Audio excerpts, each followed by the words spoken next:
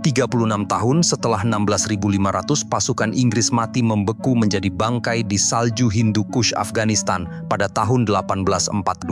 Inggris ternyata masih belum belajar dan justru ingin kembali lagi. Mereka ingin balas dendam dan ingin menghapus rasa malu. Mereka ingin menunjukkan kepada dunia bahwa kerajaan Inggris masih perkasa, bahwa tragedi memilukan di celah-celah salju Hindu Kush itu hanyalah sebuah kecelakaan kecil yang tidak akan terulang lagi. Bahwa kali ini di tahun 1878 dengan senjata yang lebih modern, dengan strategi yang lebih matang, dengan para jenderal yang lebih gagah, mereka pasti akan menang. Pasti akan menaklukkan Afghanistan. Tidak akan ada lagi belasan ribu mayat yang membeku di tengah badai salju, seperti yang terjadi 36 tahun yang lalu. Maka, begitu keputusan telah dibuat, mesin perang kerajaan Inggris yang maha besar pun mulai disiapkan. Dan kali ini bukan sembarang persiapan. Ini adalah persiapan yang sangat teliti, seakan-akan setiap butir peluru dan setiap helai selimut dihitung dengan cermat. Kalau dulu pasukan Inggris berangkat dengan jaket tipis, maka sekarang mereka harus berangkat dengan mantel wol yang tebal, sepatu bot kulit yang berlapis-lapis, dan tenda-tenda yang konon tahan angin gunung. Senapan-senapan terbaru Inggris bernama Martini Henry pun mulai diangkut. Meriam-meriam gunung yang lebih ringan sehingga bisa dibawa naik turun bukit juga diangkut. Alat komunikasi tercanggih kala itu yang bernama heliograf, yaitu sebuah cermin yang bisa memantulkan sinar matahari untuk mengirim kode-kode dari puncak satu ke puncak lainnya, juga tak lupa diangkut. Bahkan para jenderal yang ditunjuk pun adalah jenderal-jenderal pilihan yang paling gagah, paling cerdas, dan tentu saja paling berkumis tebal. Kumis tebal itu penting, karena di masa itu, kumis adalah simbol kegagahan seorang perwira. Ada jenderal bernama Sir Sam Brown, seorang veteran berkumis. Lalu ada juga jenderal bernama Frederick Roberts, atau yang nanti dikenal sebagai Roberts dari Kandahar. Seorang jenderal kumisan, tapi sangat ambisius dan jenius dalam strategi. Dan ada jenderal bernama Donald Stewart, seorang jenderal berkumis yang ujungnya melengkung ke bawah, yang akan menyerbu dari selatan melalui celah Bolan. 3 jenderal, 3 kumis, 1 tujuan, yaitu ibu kota Kabul, Afghanistan. Tapi, jenderal-jenderal saja tidak cukup. Mereka butuh puluhan ribu hewan pengangkut. Puluhan ribu. Gajah, unta, kuda, bagal, keledai, semua harus dikumpulkan, harus diangkut. Dan para petugas logistik berkeliling ke pasar-pasar hewan dari Karachi sampai Peshawar di India, membeli dan menyewa setiap binatang berkaki 4 yang sanggup memikul beban. Desa-desa di Punjab dan Sindh mendadak sepi dari hewan-hewan pekerja karena semuanya sudah diborong oleh tentara. Bahkan ada lelucon di antara para pedagang lokal India. Inggris ini mau perang atau mau buka kebun binatang sih?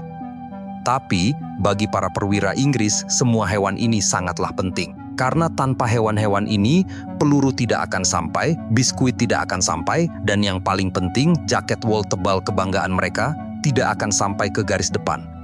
Maka, bulan November tahun 1878 yang dinanti-nantikan pun tiba. Strateginya adalah masuk ke Afghanistan seperti kilat, hancurkan perlawanan, taklukkan Kabul, lalu duduk manis merayakan kemenangan. Para jenderal berkumis tebal itu sudah berjanji pada Ratu Victoria, berjanji pada parlemen, berjanji pada seluruh rakyat Inggris yang membaca koran setiap pagi, bahwa kali ini semuanya akan berjalan mulus. Maka para jenderal berkumis tebal itu menatap ke depan. Mereka tersenyum, yakin bahwa sejarah ada di pihak mereka kali ini. Tapi mereka tidak sadar, atau pura-pura tidak sadar, bahwa gunung-gunung itu tidak peduli pada senapan terbaru, pada meriam-meriam berbobot ringan, pada heliograf yang canggih, atau pada mantel wol yang tebal. Gunung-gunung itu hanya menunggu untuk menelan, menunggu untuk membekukan.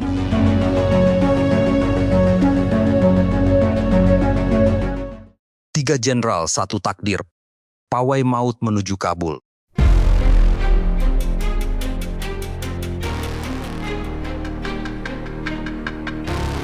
Coba bayangkan, Anda punya 40.000 tentara. Anda ingin mengirim mereka dari India ke Afghanistan. Tapi, jalan dari India menuju Afghanistan ini tidak pakai jalan tol, tidak pakai jalan raya yang lebar, tidak ada jalan yang bisa dilalui oleh puluhan ribu orang sekaligus. Yang ada hanyalah celah-celah gunung, yaitu celah Khyber, celah Bolan, dan celah Kuram. Dan celah-celah gunung ini sangat sempit, sangat sempit. Bahkan di beberapa titik lebarnya hanya cukup untuk 3 atau 4 orang. Bayangkan itu. Kalau Anda memaksakan 40.000 tentara berjalan dalam satu barisan melewati satu celah, apa yang akan terjadi? Yang terjadi adalah barisan Anda akan sangat panjang. Sangat panjang. Panjangnya bisa puluhan kilometer. Dan ketika orang yang paling depan sudah tiba di Kabul, Afghanistan, maka orang yang paling belakang belum juga berangkat dari India. Kaki mereka masih berdiri di tanah India, masih menunggu giliran untuk melangkah. Dan kalau pasukan Afghanistan menyerang di tengah-tengah barisan, seluruh pasukan Anda akan kacau balau.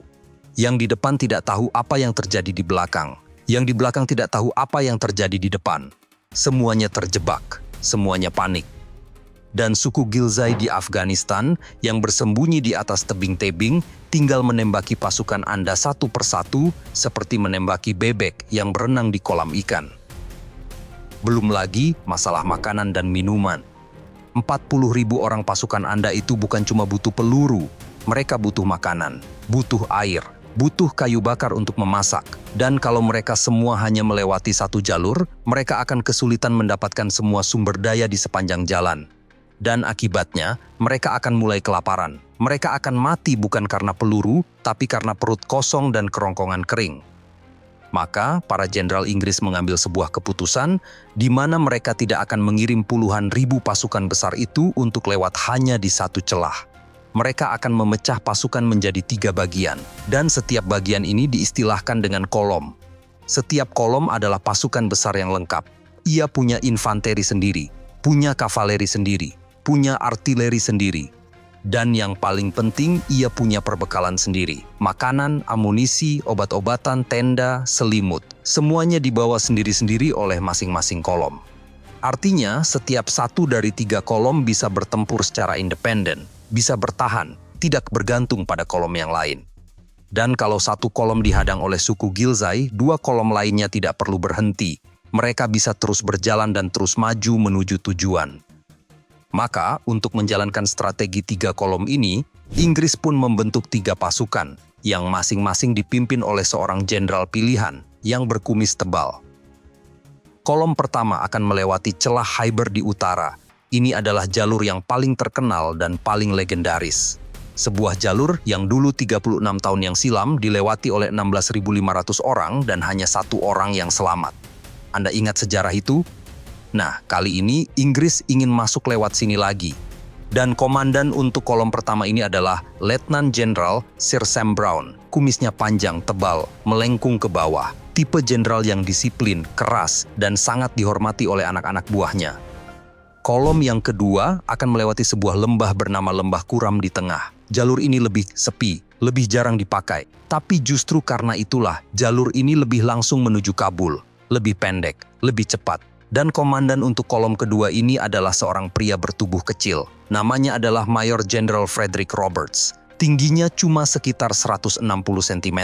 Lebih pendek daripada kebanyakan orang-orang Inggris pada masa itu. Tapi jangan tertipu oleh tubuhnya yang kecil. Roberts adalah orang yang sangat ambisius, sangat cerdas dan cepat dalam mengambil keputusan.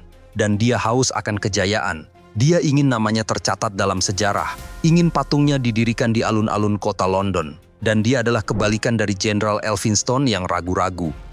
Anda ingat Jenderal Elphinstone? Kalau Jenderal Elphinstone dulu adalah orang yang ragu-ragu, maka Jenderal Frederick Roberts adalah orang yang sangat agresif. Adapun kolom yang ketiga akan melewati sebuah celah bernama Celah Bolan di selatan. Jalur ini adalah jalur klasik. Jalur yang dulu pernah dipakai oleh pasukan Indus pada invasi pertama tahun 1839. Dan komandan dari pasukan di jalur ini adalah Letnan Jenderal Sir Donald Stewart. Dia lebih tua, lebih tenang, tidak seagresif Roberts, tapi sangat bisa diandalkan. Tugasnya adalah memastikan Kandahar tetap berada dalam genggaman Inggris, dan memastikan tidak ada pemberontakan yang muncul ketika 2 kolom lainnya sibuk menyerbu Kabul. 3 kolom, 3 jenderal, 3 rute. Itulah rencana mereka. Rencana yang terlihat jenius, terlihat hebat. Tapi rencana ini akan segera diuji. Diuji oleh batu dan debu, diuji oleh peluru dan pedang, diuji oleh rakyat yang keras kepala, yang tidak pernah rela negerinya diinjak-injak oleh bangsa yang dulu pernah mendatanginya.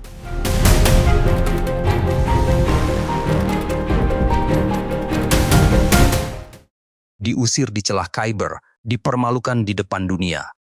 Tamparan Sher Ali Khan yang membakar kemarahan Inggris.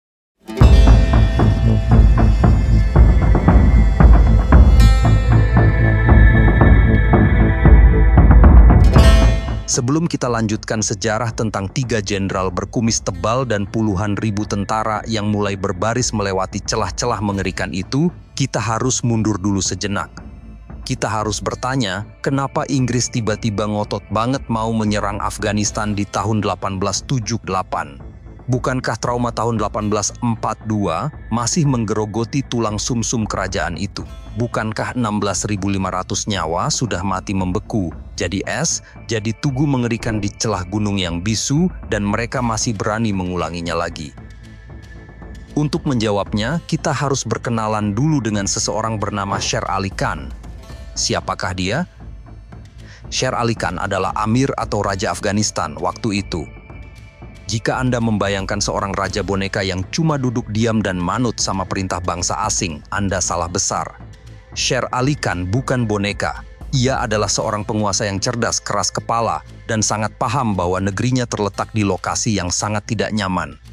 Afghanistan berada tepat di tengah antara India yang dijajah Inggris dan Kekaisaran Rusia yang perkasa. Inggris takut Rusia mendekat ke India, sedangkan Rusia ingin memperluas pengaruhnya ke selatan. Maka Sher Ali Khan pun mencoba bermain di dua kaki. Ia tidak mendukung satu pihak dan memusuhi pihak lain. Tidak. Ia ingin menjaga keseimbangan, ingin berteman dengan dua-duanya tanpa harus tunduk pada salah satunya. Bagaimana caranya? Caranya adalah diplomasi. Inggris datang membawa uang dan senjata, mencoba merayunya. Sher Ali Khan pun menerima pemberian itu, tersenyum, mengangguk, tapi ia tetap tidak mau dikuasai oleh Inggris. Dan di saat yang sama, ia juga menerima misi diplomatik dari Rusia. Ia membuka pintu untuk tamu dari Rusia, berdiskusi, mendengarkan, dan lagi-lagi tersenyum. Dan bagi Sher Ali Khan, ini adalah strategi yang amat penting untuk bertahan hidup. Tapi bagi Inggris, ini adalah penghinaan. Maka begitu Inggris mendengar kabar bahwa tamu-tamu Rusia diterima dengan hangat oleh Sher Ali Khan di Kabul, kemarahan Inggris pun meledak.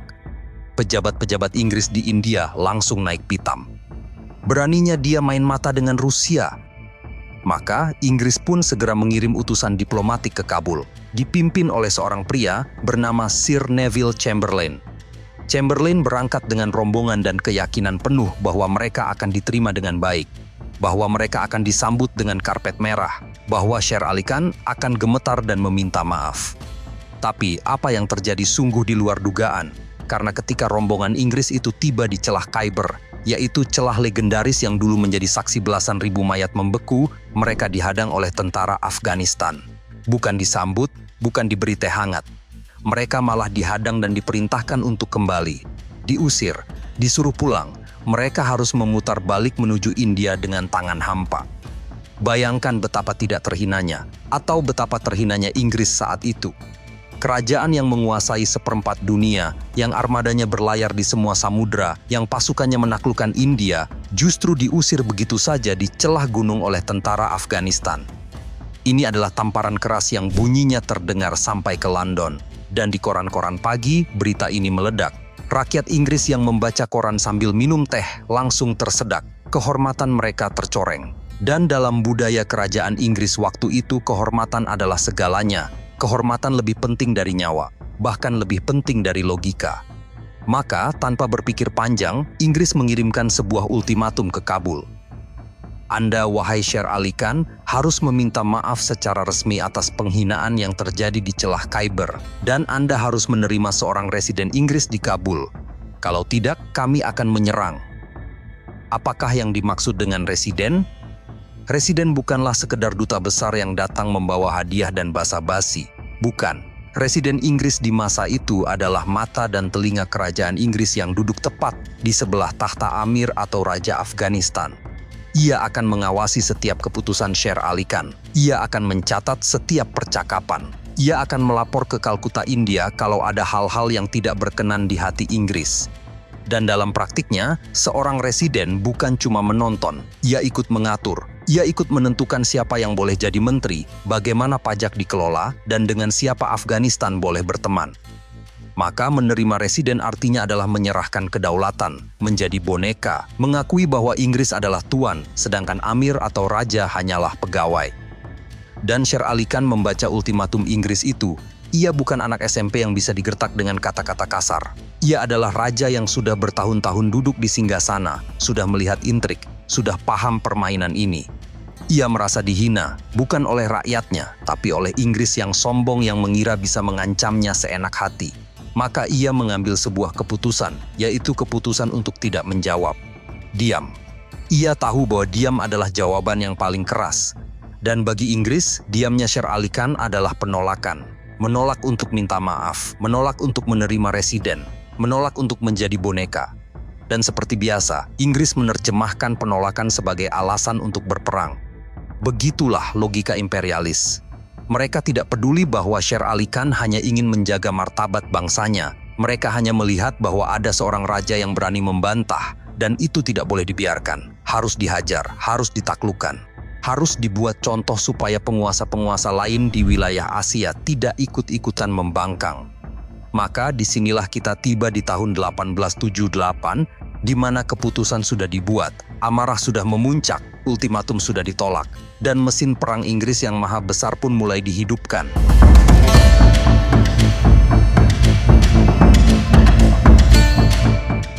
Puluhan ribu hewan mati dan jaket wol yang tak pernah sampai. Ironi logistik di balik kemenangan 3 jenderal berkumis tebal.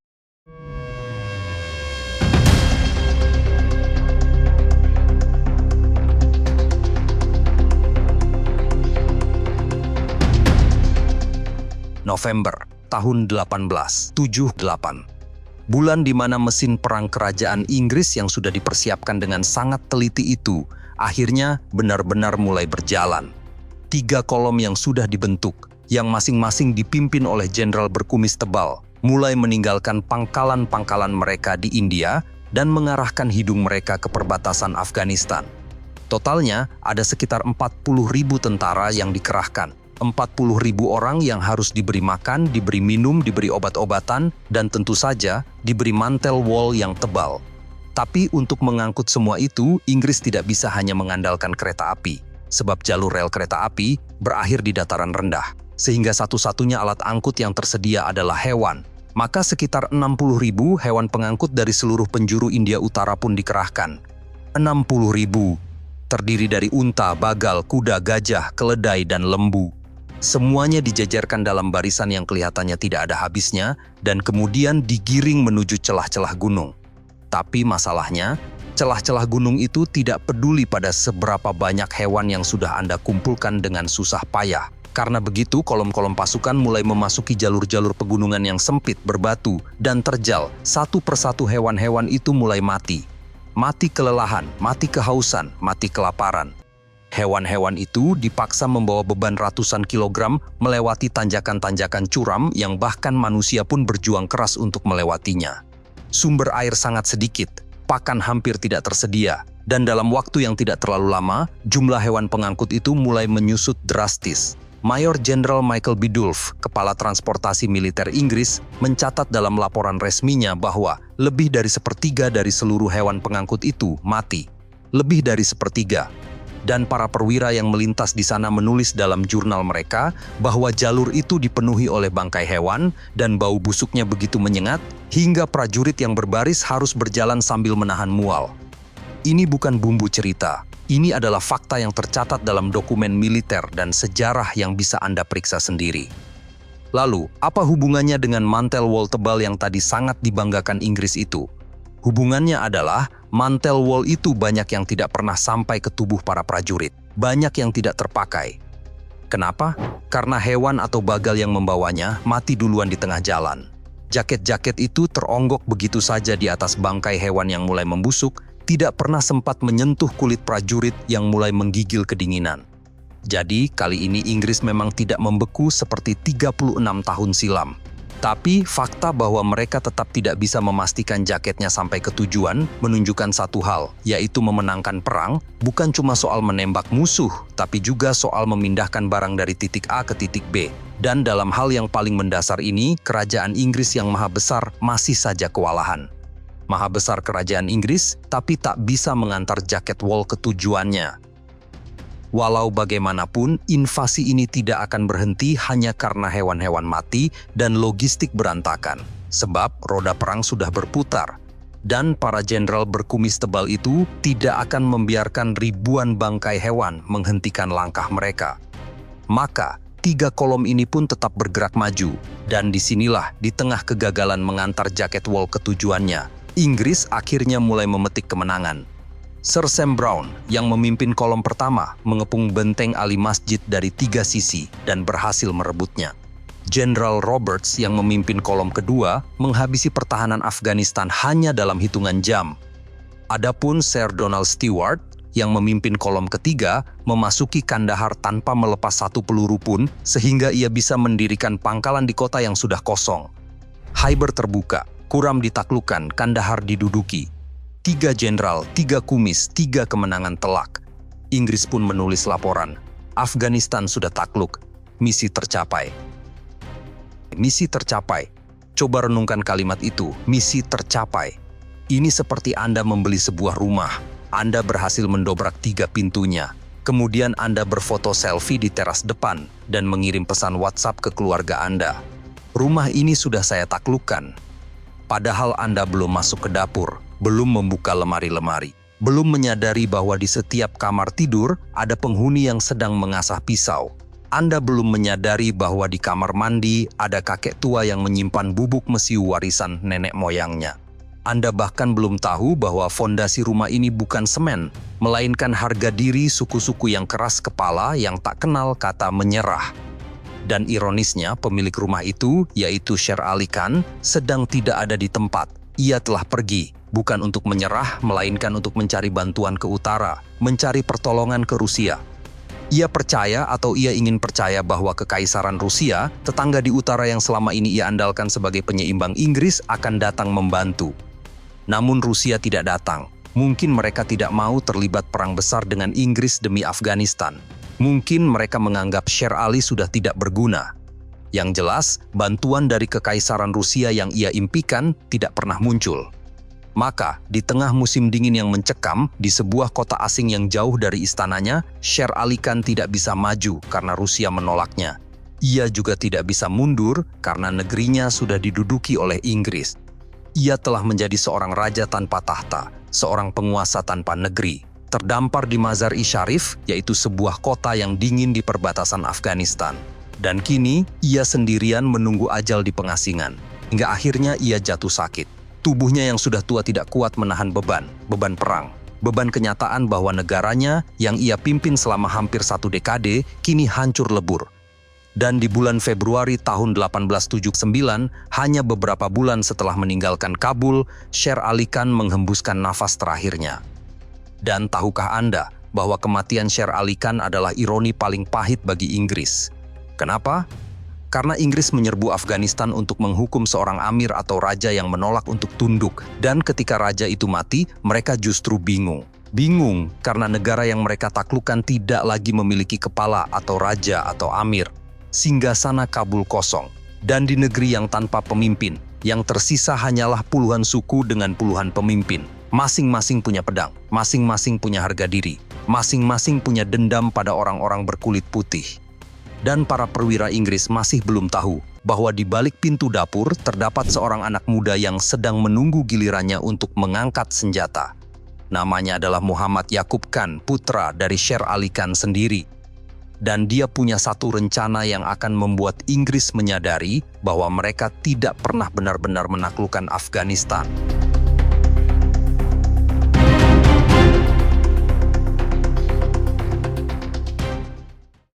Mereka menyebutnya perlindungan, kami menyebutnya penghinaan. Senyum diplomat di tengah kobaran jihad.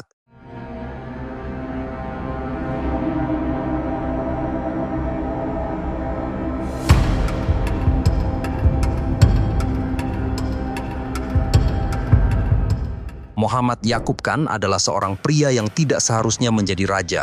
Ia tidak mewarisi ketegasan ayahnya. Ia tidak mewarisi kecerdasan diplomatik ayahnya. Yang ia warisi hanyalah sebuah negeri yang sudah hancur, sebuah negeri yang diduduki oleh puluhan ribu tentara asing. Bayangkan, Anda berada di posisi Yaqub Khan. Anda adalah seorang pemuda yang tiba-tiba harus menjadi pemimpin di saat negeri Anda sedang diinjak-injak. Tentara Anda sudah kalah, ayah Anda sudah mati, sekutu Anda, yaitu Rusia, sudah mengkhianati Anda. Apa yang bisa Anda lakukan? Apakah Anda akan melanjutkan perlawanan seperti ayah Anda dan berakhir mati sia-sia di pengasingan? Ataukah Anda akan menyerah, menyelamatkan apa yang masih bisa diselamatkan, dan berharap bahwa badai ini akan segera berlalu? Yaqub Khan memilih yang kedua. Ia memilih menyerah. Dan siapa yang bisa menyalahkannya? Ia bukanlah pengecut. Ia hanyalah seorang raja yang putus asa. Putus asa melihat kenyataan dengan mata kepalanya sendiri, di mana perlawanan tidak akan membawa apa-apa, kecuali lebih banyak kematian. Maka, dengan langkah yang berat dan hati yang penuh luka, ia memutuskan untuk berunding, memutuskan untuk pergi menemui para penjajah itu dan memohon perdamaian. Dan Inggrislah yang memilih tempat perundingan, yaitu sebuah desa kecil, sebuah titik di peta yang penuh dengan kenangan kelam. Nama desa itu adalah Gandamak. Yah, Gandamak. Tempat di mana pada tahun 1842, pasukan Inggris yang mundur dari Kabul dikepung dan dibantai habis-habisan oleh para pejuang Afghanistan. Tempat di mana mayat-mayat tentara Inggris membeku di salju, tempat di mana kehormatan Inggris diinjak-injak. Dan sekarang hanya 37 tahun kemudian, di tempat itu, Inggris memaksa seorang Amir Afghanistan untuk datang dan menandatangani perjanjian. Maka pada bulan Mei tahun 1879, Yaqub Khan pun tiba di Gandamak. Ia datang dengan kepala tertunduk, dikelilingi oleh para penasihatnya yang gugup. Sebuah dokumen sudah disiapkan. Dokumen yang sudah ditulis terlebih dahulu oleh pihak Inggris, di mana Yaqub Khan hanya perlu membacanya dan menandatanganinya. Tidak ada negosiasi dan tawar-menawar. Yang ada hanyalah sebuah ultimatum yang dibungkus dengan kertas perjanjian yang kemudian dikenal dengan Perjanjian Gandamak yang ditandatangani pada tanggal 26 Mei tahun 1879. Apa isi dari perjanjian itu? Isinya adalah berikut ini. Poin pertama, dan ini yang paling penting, Afghanistan tidak boleh berhubungan dengan negara lain manapun kecuali Inggris. Dengar baik-baik kalimat itu. Afghanistan tidak boleh berhubungan dengan negara lain manapun. Artinya, Afghanistan tidak boleh mengirim duta besar ke Rusia, tidak boleh ke Persia, tidak boleh ke Kekaisaran Ottoman, tidak boleh kemanapun. Semua urusan luar negeri Afghanistan diambil alih sepenuhnya oleh kerajaan Inggris. Dan jika ada negara lain yang ingin berbicara dengan Afghanistan, mereka harus berbicara dengan Inggris dulu. Jika ada konflik dengan negara tetangga, Inggrislah yang akan menyelesaikannya. Ini artinya Afghanistan berhenti menjadi negara yang merdeka. Ia menjadi protektorat, menjadi boneka. Poin kedua, Inggris berjanji akan melindungi Afghanistan dari serangan asing. Janji yang sangat murah hati. Seolah-olah Inggris adalah paman yang baik hati yang datang untuk melindungi keponakannya yang lemah. Tapi kita semua tahu apa artinya perlindungan dalam kamus imperialis. Perlindungan artinya pendudukan. Perlindungan artinya kontrol. Ya, Inggris akan melindungi Afghanistan dari Rusia, tapi mereka juga akan melindungi Afghanistan dari kemerdekaannya sendiri. Selain itu, Inggris juga berjanji akan memberikan subsidi uang tahunan kepada Amir atau Raja, sejumlah uang yang akan diberikan setiap tahun sebagai imbalan atas kepatuhan. Sebuah taktik klasik di mana Anda beli penguasa lokal dengan uang, lalu jadikan mereka tergantung secara finansial. Dan begitu mereka tergantung, mereka tidak akan pernah berani melawan Anda. Poin ketiga, dan ini yang paling berbahaya, Inggris akan menempatkan seorang residen Inggris di Kabul. Dan siapakah orang yang dipilih untuk menjadi residen? Pilihan Inggris jatuh pada seorang pria bernama Sir Pierre Louis Napoleon Cavagnari. Itu nama lengkapnya. Nama yang lumayan panjang, setengah Prancis, setengah Italia, dan setengah Irlandia. Cavagnari adalah tipe petualang kolonial. Lahir di Prancis tapi mengabdi pada kerajaan Inggris. Ia sudah bertahun-tahun bertugas di India, di perbatasan barat laut, berurusan dengan suku-suku Pashtun yang keras.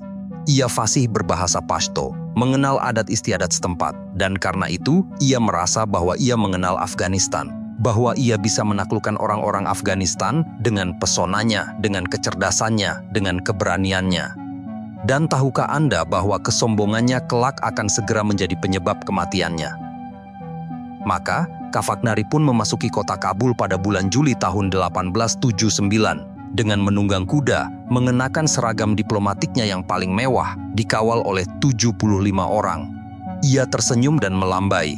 Ia melihat dirinya sendiri sebagai seorang pahlawan, seorang penakluk yang datang bukan dengan pedang, tapi dengan diplomasi. Dan ia adalah orang Inggris pertama yang secara resmi diterima di Kabul sebagai residen. Dan ia berpikir bahwa itu adalah pencapaian yang luar biasa. Bahwa namanya akan tercatat dalam sejarah sebagai orang yang berhasil menjinakkan Afghanistan. Padahal, ada satu hal yang tidak disadari oleh Khafaknari. Satu hal yang seharusnya bisa ia lihat jika ia tidak dibutakan oleh arogansinya sendiri. Satu hal itu adalah, kota Kabul tidak menyambutnya dengan bunga. Rakyat Kabul tidak tersenyum padanya. Dan ketika ia berbaris memasuki kota, kerumunan orang berdiri di pinggir jalan. Tapi mereka tidak bersorak. Mereka diam. Diam yang sangat mencekam. Dan mata mereka menatap Khafaknari dengan kebencian yang membara. Karena bagi mereka, Khafaknari bukanlah diplomat. Ia adalah penghinaan nasional.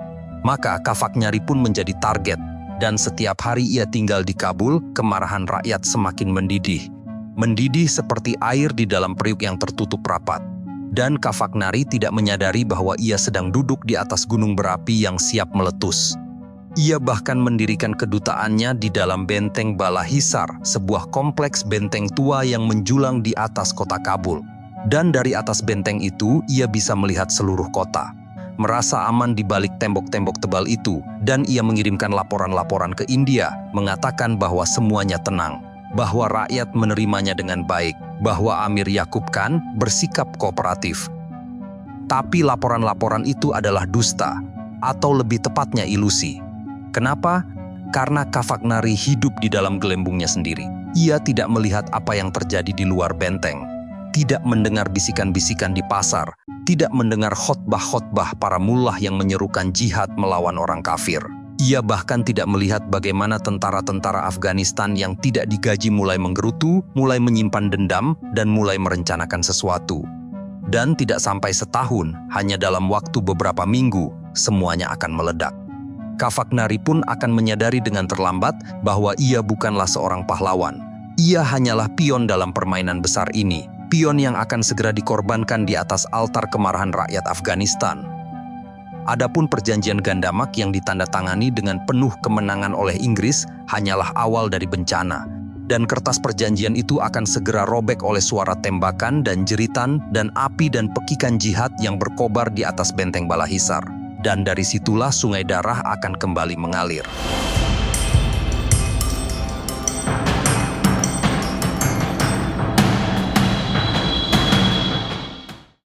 Darah di Bala Hisar. Ketika teriakan gaji yang tak dibayar berubah menjadi pembantaian yang memusnahkan seluruh misi Inggris.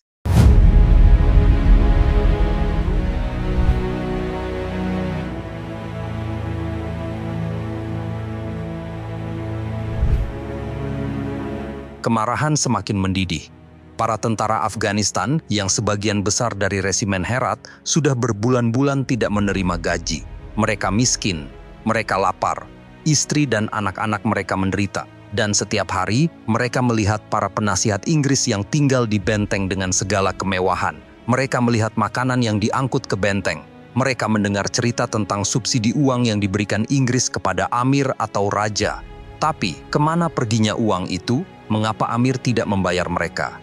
Belum lagi di masjid-masjid, para mullah mulai berkhotbah. Suara mereka menggelegar dari atas mimbar. Mereka berbicara tentang jihad, tentang kewajiban suci untuk mengusir orang-orang kafir dari tanah Islam. Mereka mengutuk Amir yang sudah menjadi boneka, mengutuk Inggris yang sombong. Khotbah-khotbah mereka meresap ke dalam hati para pendengar, ibarat air yang meresap ke dalam tanah kering. Dan Khafaknari tidak mendengar khotbah-khotbah itu, atau jika ia mendengarnya, ia menganggapnya sebagai ocehan orang-orang fanatik yang tidak berbahaya. Ia terlalu sombong untuk takut. Maka pagi itu, tanggal 3 September 1879, dimulailah seperti pagi-pagi biasa. Matahari terbit di atas pegunungan yang mengelilingi Kabul. Udara masih dingin. Khafaknari mungkin sedang sarapan, atau membaca laporan, atau menulis surat untuk istrinya di India.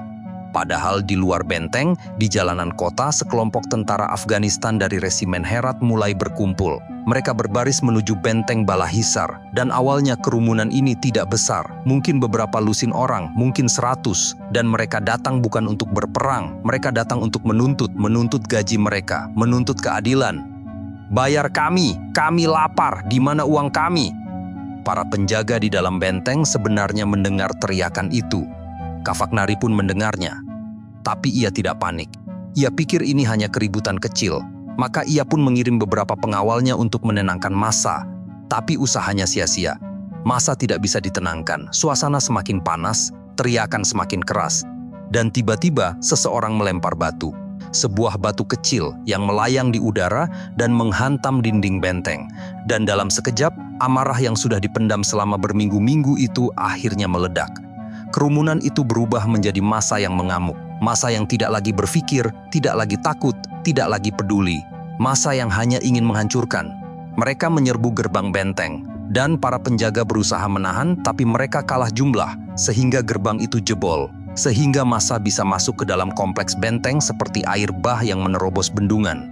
Dan Khafaknari akhirnya sadar bahwa ini bukan keributan kecil. Ini adalah serangan besar-besaran. Dan ia pun memerintahkan anak buahnya untuk mempertahankan diri. Tapi sayangnya, ia hanya punya sekitar 75 orang. 75 orang melawan ribuan massa yang mengamuk. Maka pertempuran pun terjadi. Pertempuran brutal, sangat sengit, dan sangat putus asa. Para pengawal Inggris dan India menembakkan senapan mereka dari balik jendela. Mereka menusukkan bayonet dari balik pintu, dan setiap peluru yang mereka tembakkan mungkin menewaskan 1 atau 2 penyerang. Tapi untuk setiap penyerang yang jatuh, 10 lainnya maju menggantikannya. Khafaknari sendiri berlari-lari dari ruangan ke ruangan, memberikan perintah menembakkan pistolnya. Ia mungkin masih berharap bahwa bantuan akan datang, bahwa Amir Yakub Khan akan mengirim tentaranya untuk menyelamatkannya. Tapi bantuan itu tidak pernah datang. Dan apakah Yakub Khan tidak tahu? Atau apakah ia tahu, tapi memilih untuk tidak bertindak? Atau apakah ia ingin bertindak, tapi takut bahwa tentaranya sendiri akan berbalik melawannya? Siapa yang tahu? Yang jelas, tidak ada seorang pun yang datang. Khafaknari dan anak buahnya sendirian, terjebak di dalam benteng yang berubah menjadi neraka. Dan pertempuran ini berlangsung selama beberapa jam, dari pagi sampai siang. Dan satu persatu, pengawal Khafaknari gugur, peluru mereka habis. Mereka bertempur dengan popor senapan, dengan pedang, dengan tangan kosong. Sedangkan massa semakin mendesak. Api mulai berkobar di beberapa bagian benteng. Asap hitam membubung ke langit Kabul, terlihat dari seluruh penjuru kota. Dan akhirnya, massa berhasil mencapai ruangan tempat Khafaknari bertahan. Inilah dia, Khafaknari, sang residen yang sombong, sang diplomat yang merasa tak terkalahkan, tewas di dalam ruangannya. Tubuhnya dihujani peluru, dihujani tusukan pedang. Semua pengawalnya juga tewas. Dan akhirnya, seluruh misi Inggris di Kabul musnah total. Benteng Bala Hisar, yang tadinya adalah simbol kekuasaan Inggris, berubah menjadi kuburan. Berita tentang pembantaian ini sampai ke India seperti sambaran petir di siang bolong. Orang yang mendengarnya mungkin tidak percaya. Apa benar Khafaknari dan seluruh pengawalnya dibantai di Kabul? Itu mustahil, tidak mungkin. Tapi berita itu benar. Dan ketika berita itu dikonfirmasi, seluruh India kolonial gempar. Publik Inggris di Kalkuta dan London histeris. Koran-koran mencetak judul-judul besar dengan tinta hitam. Kemarahan pun meledak di mana-mana. Meledak di klub-klub pria, di kantor-kantor pemerintah, di barak-barak tentara. Semua orang berteriak histeris. Balas dendam, balas dendam, balas dendam. Itulah satu-satunya kata yang terdengar, balas dendam. Sedangkan pemerintah kolonial gemetar karena malu. Mereka baru saja memaksakan perjanjian Gandamak. Mereka baru saja menempatkan seorang residen di Kabul. Mereka baru saja menyombongkan diri bahwa Afghanistan sudah jinak. Tapi sekarang, residen mereka dibantai. Seluruh dunia menertawakan mereka. Harga diri mereka hancur lebur. Maka, seseorang harus membayar. Seseorang harus dihukum. Dan untuk tugas itu mereka membutuhkan seorang algojo. Dan algojo itu sudah tersedia. Namanya adalah Jenderal Frederick Slake Roberts. Anda ingat? Ya, dialah seorang perwira bertubuh pendek yang memimpin serangan kolom kedua yang melewati sebuah lembah bernama Lembah Kuram. Tentaranya memanggilnya dengan julukan Little Bobs, tapi tidak ada yang berani meremehkannya. Karena Roberts adalah seorang veteran dari banyak perang, ia pernah bertempur dalam pemberontakan India tahun 1857, dan ia telah belajar satu pelajaran penting. Pelajaran itu adalah bahwa teror adalah cara terbaik untuk menaklukkan. Ia percaya bahwa untuk mengendalikan rakyat jajahan, Anda harus membuat mereka takut setengah mati. Anda harus menunjukkan kepada mereka bahwa melawan Inggris adalah bunuh diri. Anda harus membalas setiap pemberontakan dengan hukuman yang begitu brutal, begitu mengerikan, sehingga mereka tidak akan pernah berani memberontak lagi. Inilah filosofi Roberts. Dan sekarang, ia mendapat kesempatan untuk menerapkan filosofinya itu di Afghanistan. Maka Roberts pun diberi komando atas sebuah pasukan yang disebut Kabul Field Force. Pasukan yang terdiri dari ribuan tentara Inggris dan India. Perintahnya adalah pergi ke Kabul, hukum para pembunuh Kafaknari dan pulihkan kehormatan Inggris. Maka pada bulan September tahun 1879, Roberts berangkat. Tapi perjalanannya menuju Kabul bukanlah sekadar perjalanan militer biasa. Ini adalah sebuah ekspedisi hukuman, sebuah pawai kematian. Kenapa? Karena di sepanjang jalan yang dilaluinya, Roberts meninggalkan jejak darah. Dan setiap kali ia melewati sebuah desa, ia akan menghentikan pasukannya. Ia akan mengumpulkan para tetua desa. Dan ia akan bertanya, apakah kalian terlibat dalam pembantaian di Kabul? Apakah kalian menyembunyikan para pembunuh? Dan biasanya para tetua itu akan menjawab, tidak.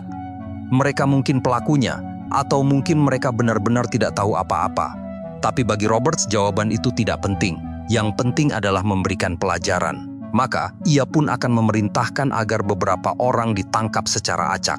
Lalu, ia akan mendirikan tiang gantungan. Tiang gantungan yang tinggi yang bisa dilihat oleh seluruh desa. Dan di depan umum, di hadapan istri dan keluarga mereka, para pria yang ditangkap itu akan digantung. Lalu ia akan memberikan perintah untuk membakar desa itu. Membakarnya rata dengan tanah. Ladang-ladang dihancurkan, rumah-rumah dibakar, ternak dibantai, seluruh desa diubah menjadi abu. Dan kemudian Roberts akan melanjutkan perjalanannya ke desa berikutnya. Inilah yang dilakukan oleh Jenderal Frederick Roberts, sang pembawa peradaban dari Inggris. Ia menghabisi puluhan orang, mungkin ratusan orang. Ia membakar desa-desa yang tidak bersalah, menghancurkan kehidupan rakyat jelata yang mungkin tidak pernah mendengar tentang Kafaknari. Dan ia melakukannya semua atas nama keadilan, atas nama kehormatan. Ini adalah logika imperialisme yang paling telanjang, bahwa jika satu orang Inggris mati, maka ratusan orang pribumi harus mati sebagai pembayarannya. Dan nyawa orang pribumi tidak ada harganya. Ia cuma angka, cuma statistik dalam laporan perang. Maka pada bulan Oktober tahun 1879, setelah melewati desa demi desa, setelah membakar rumah-rumah, Roberts akhirnya tiba di Kabul. Ia memasuki kota itu sebagai algojo yang haus darah. Wajahnya dingin, matanya menyipit, dan ia langsung mengambil alih kendali. Ia memberlakukan darurat militer, memerintahkan pencarian dari rumah ke rumah, dan siapapun yang dicurigai terlibat dalam pembantaian Bala Hissar ditangkap, lalu diadili di pengadilan militer yang cepat, lalu digantung. Dan tiang-tiang gantungan kembali didirikan, tapi kali ini di jantung kota Kabul. Lalu apa yang terjadi pada Muhammad Yaqub Khan, sang amir yang malang itu? Yaqub Khan adalah korban yang paling tragis dalam semua ini. Ia tidak memerintahkan pembantaian itu. Ia mungkin bahkan tidak tahu bahwa serangan akan terjadi, tapi ia adalah amir, ia adalah raja. Dan bagi Roberts, raja itu harus dihancurkan. Maka Roberts memanggil Yaqub Khan. Ia menatapnya dengan mata yang dingin, dan ia berkata kira-kira begini, Anda telah gagal melindungi residen saya, Anda telah gagal menjaga ketertiban di negeri Anda sendiri, Anda tidak layak menjadi amir. Maka, dengan todongan senjata, Yaqub Khan digulingkan dari tahtanya. Ia diturunkan, diusir dari istananya sendiri, dibawa ke pengasingan di India, di mana ia akan menghabiskan sisa hidupnya sebagai tahanan yang terlupakan. Dan ironisnya, Yaqub Khan adalah orang yang menandatangani perjanjian Gandamak. Ia adalah orang yang mencoba berdamai dengan Inggris, orang yang menyerahkan kemerdekaan negerinya demi menghindari perang. Dan apa yang ia dapatkan? Ia dikhianati, ia dihina, dibuang. Itulah nasib seorang boneka. Dan ketika boneka itu sudah tidak berguna lagi, sang dalang akan membuangnya begitu saja. Maka akibatnya Afghanistan tanpa pemimpin, tahta kosong, istana sunyi. Roberts telah menghancurkan segalanya. Ia telah menggantung para pemberontak, membakar desa-desa, menggulingkan amir. Ia pun berdiri di atas puing-puing Kabul, dan ia mungkin merasa puas. Ia mungkin berpikir bahwa ia telah menang, bahwa Afghanistan akhirnya tunduk. Tapi ia salah, sama sekali salah. Karena Afghanistan bukanlah negeri yang bisa ditaklukkan dengan tiang gantungan. Dan kemarahan yang telah ditabur oleh Roberts akan segera tumbuh menjadi badai yang mengerikan. Sebab rakyat Afghanistan tidak akan tinggal diam melihat orang asing membunuh saudara-saudara mereka dan merebut tahta amir mereka. Dan di desa-desa yang dibakar, di antara abu dan puing-puing, para penyintas sedang bersumpah. Mereka bersumpah untuk membalas dendam. Dan dari selatan, dari arah Kandahar, seorang pangeran bernama Ayub Khan sedang mengumpulkan pasukan. Ingat nama itu. Ayub Khan berbeda dengan Yaqub Khan. Ayub Khan juga putra Sher Ali Khan, saudara dari Yaqub Khan yang dibuang. Dan Ayub Khan ini mendengar berita tentang kekejaman Roberts. Ia pun memutuskan bahwa sudah waktunya untuk bertindak, sudah waktunya untuk mengusir penjajah. Dan Roberts mungkin berpikir bahwa perang sudah selesai. Ia tidak tahu bahwa perang yang sesungguhnya baru saja akan dimulai. Dan kali ini, pukulan balasannya akan jauh lebih mematikan. Nama pukulan itu adalah Maiwan, tapi itu adalah sejarah untuk bagian berikutnya.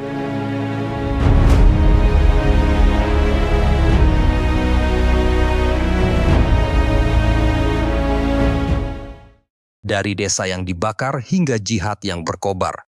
Ketika para mullah berteriak Allahu Akbar dan seluruh Afghanistan menemukan satu musuh.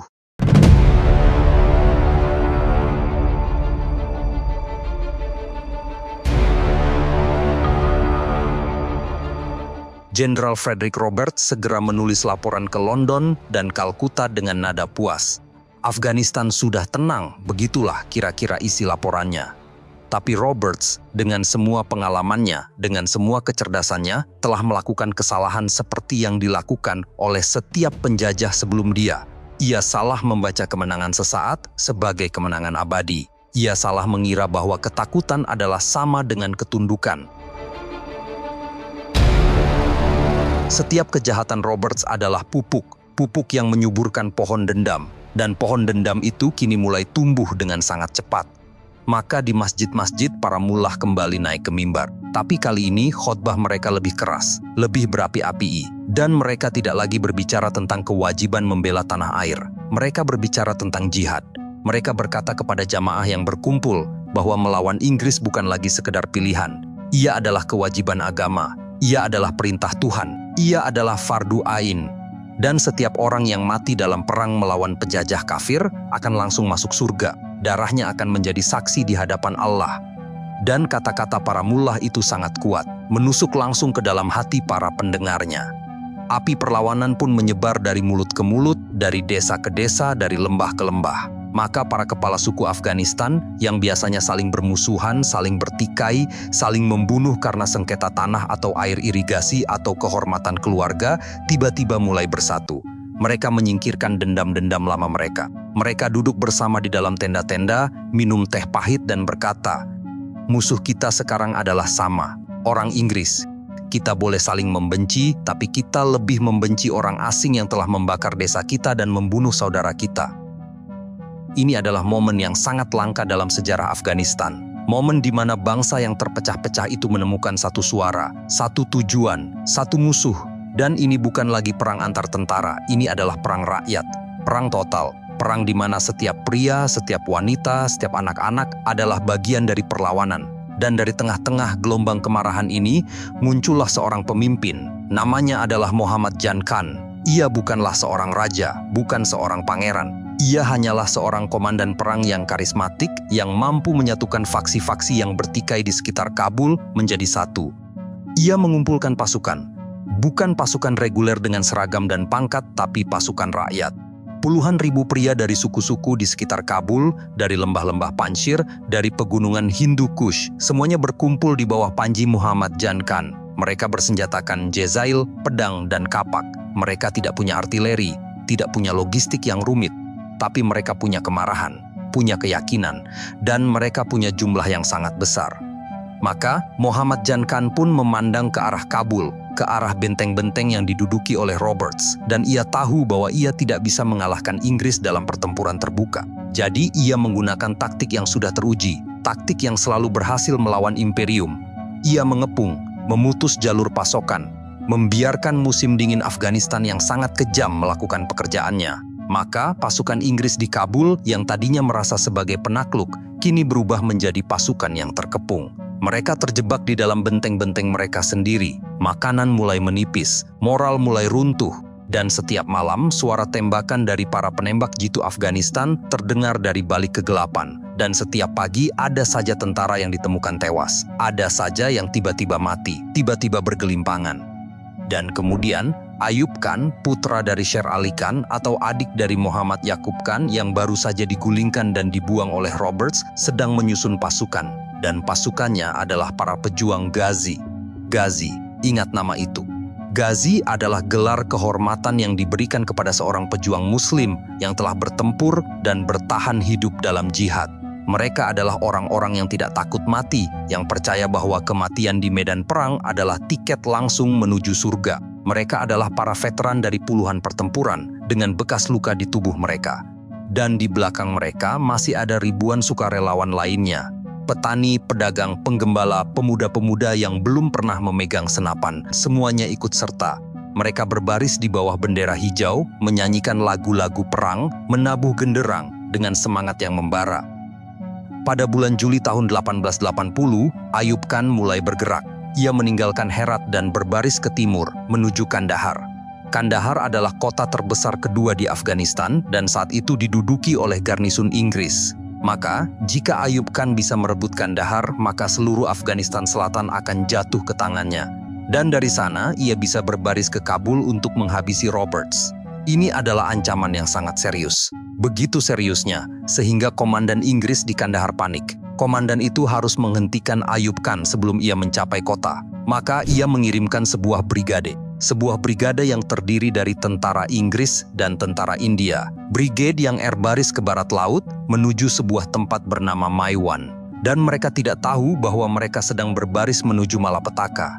Maka, pada tanggal 27 Juli 1880, di sebuah dataran tandus yang luas, panasnya menyengat. Matahari bersinar seperti bola api di atas kepala. Tanahnya kering berdebu dipenuhi oleh semak-semak belukar yang rendah. Berdirilah Brigade Inggris. Mereka adalah tentara profesional berseragam rapi, dipersenjatai dengan senapan Martini Henry dan artileri modern.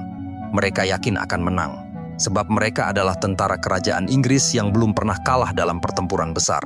Dan di seberang mereka berdirilah pasukan Ayub Khan. Jumlah mereka jauh lebih besar, dan mereka tidak terlihat seperti tentara profesional. Mereka adalah campuran dari Ghazi dengan jubah putih, suku-suku dengan serban berwarna-warni, dan petani dengan cangkul yang diubah menjadi tombak. Tapi jangan tertipu oleh penampilan mereka, karena di balik jubah-jubah usang itu terdapat hati singa. Maka pertempuran pun dimulai, dan sejak awal semuanya berjalan tidak sesuai rencana bagi Inggris, dan pasukan Ayub Khan, terutama para Ghazi, tidak berbaris dalam formasi rapi. Mereka tidak takut pada tembakan, mereka justru menyerbu dengan kecepatan yang mengerikan sambil berteriak Allahu Akbar di tengah hujan peluru. Mereka seperti gelombang laut yang menerjang karang. Satu gelombang jatuh, gelombang berikutnya datang, dan Inggris menembak secepat yang mereka bisa. Peluru-peluru Martini Henry merobek tubuh para penyerang, tapi pasukan Ayub Khan terus maju, seolah-olah kematian bukanlah halangan. Dan di tengah-tengah kekacauan itu, artileri Afghanistan mulai berbicara, di mana Ayub Khan punya meriam-meriam yang tidak kalah modern dari Inggris, dan mereka menembak dengan akurat. Peluru-peluru meriam jatuh di tengah-tengah barisan Inggris, meledak, menghamburkan tubuh dan tanah. Kuda-kuda pun panik, kereta-kereta amunisi terbakar, dan di salah satu sayap, resimen infanteri India mulai goyah. Mereka kehilangan perwira mereka. Mereka mulai mundur berubah menjadi lari, lari berubah menjadi kabur. Dan begitu satu resimen kabur, seluruh garis pertahanan Inggris mulai runtuh. Para Ghazi pun melihat celah itu. Mereka menerobos, menyerbu dengan pedang terhunus. Dan apa yang terjadi selanjutnya adalah pembantaian. Pembantaian yang mengerikan di mana tentara Inggris dan India yang tercerai-berai dikejar-kejar oleh para pejuang Afghanistan. Dan satu persatu mereka ditebas. Meriam-meriam Inggris direbut, diputar balik, dan ditembakkan ke arah pemiliknya yang sedang melarikan diri. Dan di tengah-tengah neraka itulah muncul pemandangan yang akan menjadi legenda. Pemandangan yang akan diceritakan dari generasi ke generasi di Afghanistan. Pemandangan itu adalah para wanita. Wanita-wanita Afghanistan yang mengikuti pasukan Ayub Khan ke medan perang. Mereka tidak hanya datang untuk memasak dan merawat yang terluka. Mereka datang untuk bertempur. Dan di tengah-tengah pertempuran, seorang wanita tua dengan jubah hitam bernama Malalai mengangkat kerudungnya, mengibarkannya seperti bendera dan berteriak, "Wahai para pemuda, jika kalian tidak jatuh di medan perang, kalian akan mati dalam aib." Kata-kata itu membakar semangat para pejuang, dan mereka yang tadinya mulai mundur berbalik dan menyerbu lagi dengan lebih ganas. Maka hasil akhirnya adalah bencana total bagi Inggris. Banyak sekali tentara Inggris dan India tewas dan luka-luka. Meriam-meriam mereka direbut, amunisi mereka dijarah. Brigade yang tadinya gagah perkasa kini hancur lebur. Dan Ayub Khan, sang pangeran dari Herat, berdiri di atas medan perang Maiwan sebagai pemenang. Maka, berita tentang Maiwan menyebar seperti kilat ke seluruh Afghanistan, ke seluruh India, ke seluruh dunia. Maiwan, Maiwan, Maiwan, nama itu diucapkan dengan bangga oleh setiap pria, wanita, dan anak-anak di Afghanistan. Adapun pasukan Muhammad Jan Khan yang sedang mengepung Roberts di Kabul bersorak-sorai. Sedangkan di desa-desa, para mullah memuji kemenangan ini sebagai pertolongan dari Tuhan. Tetapi di London, di dalam gedung-gedung pemerintahan yang megah, berita itu disambut dengan keheningan yang mencekam. Bagaimana bisa brigade mereka dihancurkan oleh sekumpulan petani yang fanatik? Bagaimana bisa? Sungguh memalukan. Maiwan adalah momen yang membuktikan bahwa semua tiang gantungan Roberts, semua desa yang dibakar, semua teror yang ia tebarkan, semuanya sia-sia. Afghanistan tidak bisa ditaklukkan hanya dengan kekerasan. Karena untuk setiap pria yang digantung, ada 1000 pria lain yang bangkit menggantikannya. Untuk setiap desa yang dibakar, ada 100 desa lain yang siap memberikan perlindungan bagi para pejuang. Inilah pelajaran dari Maiwan. Pelajaran yang seharusnya sudah dipelajari oleh setiap imperium yang mencoba menaklukkan tanah ini. Dan singa tua Inggris mungkin masih punya cakar yang tajam. Tapi di dataran tandus Maiwan, singa itu dirobek-robek oleh serigala-serigala dari pegunungan.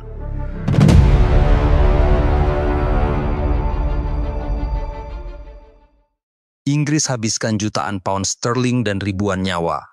Hasilnya, Afghanistan semakin kuat.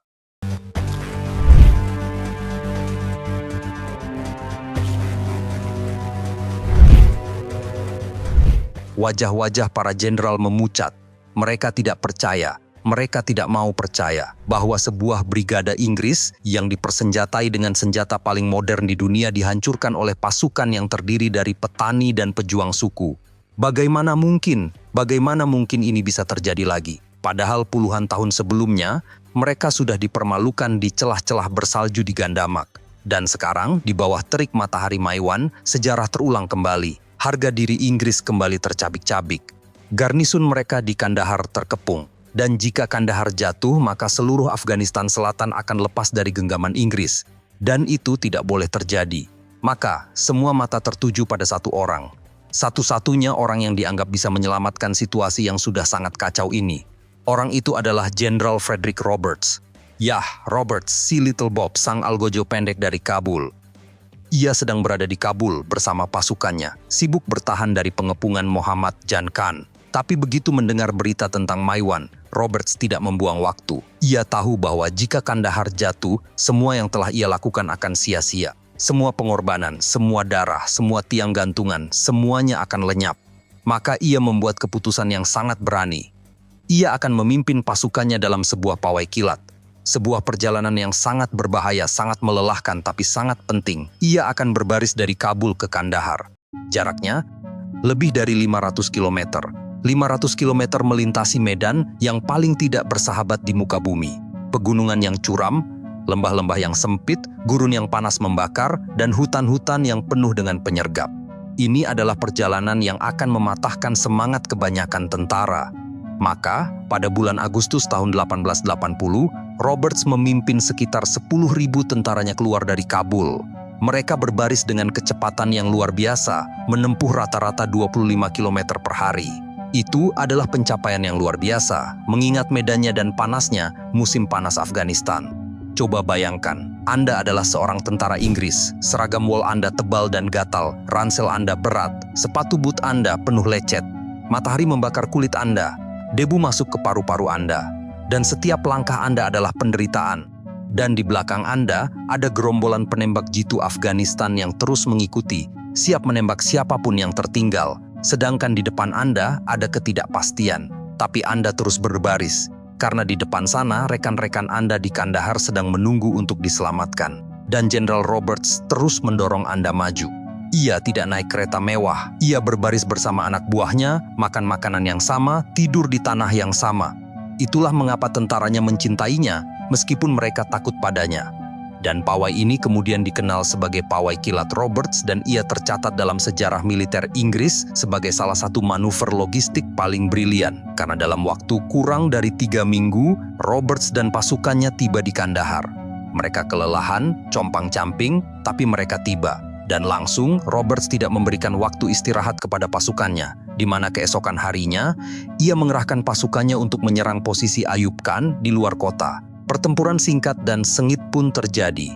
Dan kali ini Inggris lebih siap. Artileri mereka menghancurkan barisan Afghanistan. Kavaleri mereka mengepung. Sedangkan Ayub Khan yang pasukannya masih lelah setelah pertempuran Maiwan tidak bisa bertahan. Ia kalah. Ia mundur. Dan secara teknis Roberts telah menang. Ia telah membalaskan dendam Maiwan. Ia telah menyelamatkan reputasi militer Inggris. Ia akan dipuja di London sebagai pahlawan. Ratu Victoria akan memberinya gelar bangsawan. Patung-patungnya akan didirikan. Tapi di balik kemeriahan kemenangan teknis itu, ada kenyataan yang jauh lebih pahit. Para jenderal dan politisi Inggris di Kalkuta dan London yang tadinya histeris setelah Maiwand, kini mulai tenang. Dan dalam ketenangan itu, mereka mulai berpikir jernih. Mereka mulai menghitung. Berapa banyak uang yang sudah dihabiskan untuk perang ini? Jutaan pound sterling. Berapa banyak nyawa yang sudah melayang? Ribuan tentara Inggris dan India tewas. Dan apa yang sudah mereka capai? Mereka menduduki Kabul tapi dikepung. Mereka memenangkan pertempuran tapi pemberontakan terus bermunculan. Mereka membakar desa-desa, tapi semakin banyak desa yang bergabung dengan pemberontak. Ini adalah lingkaran setan. Karena setiap kali mereka membunuh seorang pemberontak, 10 pemberontak akan lahir. Ini bukanlah perang yang bisa dimenangkan. Ini adalah rawa yang semakin dalam dan semakin tenggelam. Maka, rakyat Inggris di rumah-rumah juga mulai muak. Dan koran-koran yang tadinya berteriak histeris menuntut perang, kini mulai mempertanyakan gunanya semua ini. Kartun-kartun politik menggambarkan Afghanistan sebagai monster raksasa yang menelan tentara Inggris. Para ibu yang kehilangan putra mereka di celah-celah gunung yang asing mulai bertanya, "Untuk apa? Untuk apa anak saya mati di tempat yang bahkan tidak bisa saya tunjuk di peta?" Pertanyaan-pertanyaan semakin keras. Tekanan politik di parlemen semakin besar. Pemerintah mulai menyadari bahwa mereka tidak bisa terus-terusan berperang di kuburan batu yang tidak ada habisnya. Mereka butuh jalan keluar, tapi jalan keluar yang tidak membuat mereka terlihat seperti pecundang. Mereka harus bisa keluar dari Afghanistan dengan kepala tegak, meskipun di dalam hati mereka tahu bahwa mereka kalah. Dan disinilah, seperti biasa, imperialisme Inggris menunjukkan kelicikan yang paling brilian. Mereka sadar bahwa mereka tidak bisa memerintah Afghanistan secara langsung. Itu terlalu mahal, terlalu sulit, terlalu berdarah. Tapi mereka juga tidak bisa membiarkan Afghanistan begitu saja, karena takut Rusia akan masuk. Jadi apa solusinya? Solusinya adalah mencari seorang boneka, tapi bukan boneka yang lemah seperti Yaqub Khan. Mereka sudah mencoba itu dan hasilnya adalah bencana. Dan kali ini mereka butuh boneka yang kuat. Seorang penguasa yang cukup kejam untuk mengendalikan rakyatnya sendiri, tapi cukup cerdas untuk mengerti bahwa ia harus mendengarkan perintah Inggris. Seseorang yang bisa menjadi singa penjaga di gerbang India tanpa harus dibayar mahal dengan uang Inggris. Dan pilihan mereka jatuh pada satu nama. Nama itu adalah Abdur Rahman Khan. Abdur Rahman Khan adalah cucu dari Dost Muhammad Khan, pendiri dinasti Barakzai yang legendaris. Darah raja mengalir di nadinya, tapi lebih dari itu, ia adalah seorang penyintas. Dan selama bertahun-tahun, ia hidup di pengasingan di Rusia. Ia mengamati, ia belajar, ia menunggu. Ia melihat ayahnya, Sher Ali Khan, dihancurkan oleh permainan dua raksasa. Ia melihat saudaranya, Yaqub Khan, dihina dan dibuang oleh Inggris. Dan dari semua pengalaman pahit itu, ia menarik satu kesimpulan. Kesimpulan itu adalah untuk bertahan hidup sebagai penguasa Afghanistan, Anda harus menjadi keras. Lebih keras dari baja, lebih keras dari batu karang di pegunungan. Maka Abdur Rahman pun menerima tawaran Inggris, tapi ia bukanlah Yaqub Khan. Ia tidak datang ke meja perundingan dengan kepala tertunduk. Ia datang dengan syarat-syaratnya sendiri. Ia setuju bahwa kebijakan luar negeri Afghanistan akan dikendalikan oleh Inggris. Itu adalah harga yang harus dibayar. Tapi sebagai gantinya, ia menuntut dua hal. Pertama, Inggris tidak boleh ikut campur dalam urusan dalam negeri Afghanistan. Tidak ada residen, tidak ada penasihat, tidak ada mata-mata yang berkeliaran di istananya. Afghanistan akan diatur oleh orang Afghanistan dengan cara Afghanistan, dan Inggris harus menutup mata. Kedua, Inggris harus memberinya uang dan senjata dalam jumlah besar untuk membangun tentara yang kuat dan memusatkan kekuasaannya. Inggris akhirnya setuju, mereka tidak punya pilihan lain. Maka pada tahun 1881, Abdur Rahman Khan yang kelak akan dikenal sebagai Iron Amir atau Sang Amir Besi naik ke tahta Afghanistan. Dan segera setelah ia duduk di atas tahta, ia mulai menunjukkan betapa tepatnya julukannya itu. Ia memerintah dengan tangan besi. Ia menghancurkan semua oposisi dengan kekejaman yang luar biasa. Para pemberontak dihukum mati dengan cara-cara yang paling mengerikan. Seluruh suku yang memberontak dipindahkan secara paksa ke bagian lain negeri. Ia memusatkan kekuasaan di Kabul dengan cara yang belum pernah terjadi sebelumnya dalam sejarah Afghanistan. Ia menciptakan negara Afghanistan modern yang terpusat, tapi harganya adalah sungai darah, dan rakyat Afghanistan mungkin membencinya, tapi mereka juga takut padanya. Dan bagi Inggris, itu sudah cukup. Karena selama Abdur Rahman memerintah dengan keras dan menjaga perbatasan utara dari Rusia, mereka tidak peduli berapa banyak rakyatnya yang ia bunuh. Sekali lagi, logika imperialis berbicara. Kami tidak peduli bagaimana Anda memerintah. Yang penting Anda adalah anjing penjaga kami. Dan di London, mereka berpidato tentang peradaban dan kemanusiaan. Tapi di Kabul, mereka mendanai seorang tiran yang memerintah dengan teror. Maka pada tahun 1881, bendera Union Jack Inggris akhirnya diturunkan. Pasukan Inggris berbaris keluar dari celah Khyber kembali ke India. Mereka pergi. Mereka pergi dengan meninggalkan lebih banyak mayat daripada kemuliaan. Mereka pergi setelah menghabiskan jutaan pound sterling dan ribuan nyawa. Itulah hasil dari Perang Anglo-Afgan kedua, sebuah kemenangan militer yang hampa yang berujung pada kegagalan yang sempurna. Afghanistan membuktikan bahwa ia bukanlah tanah yang bisa dijinakkan. Ia adalah api. Api yang membakar setiap tangan yang mencoba menggenggamnya. Setiap imperium yang datang, setiap penakluk yang sombong, pada akhirnya akan pergi dengan muka tertunduk. Inggris sudah mencoba dua kali. Dua kali mereka dihancurkan, bukan hanya oleh pedang dan peluru, tapi oleh sesuatu yang jauh lebih kuat, oleh semangat sebuah bangsa yang menolak untuk tunduk. Dan pelajaran ini yang sudah ditulis dengan darah di celah-celah gunung Afghanistan akan segera dilupakan lagi oleh generasi berikutnya. Akan ada imperium lain yang datang, akan ada penjajah lain yang mencoba, tapi itu adalah sejarah untuk lain waktu.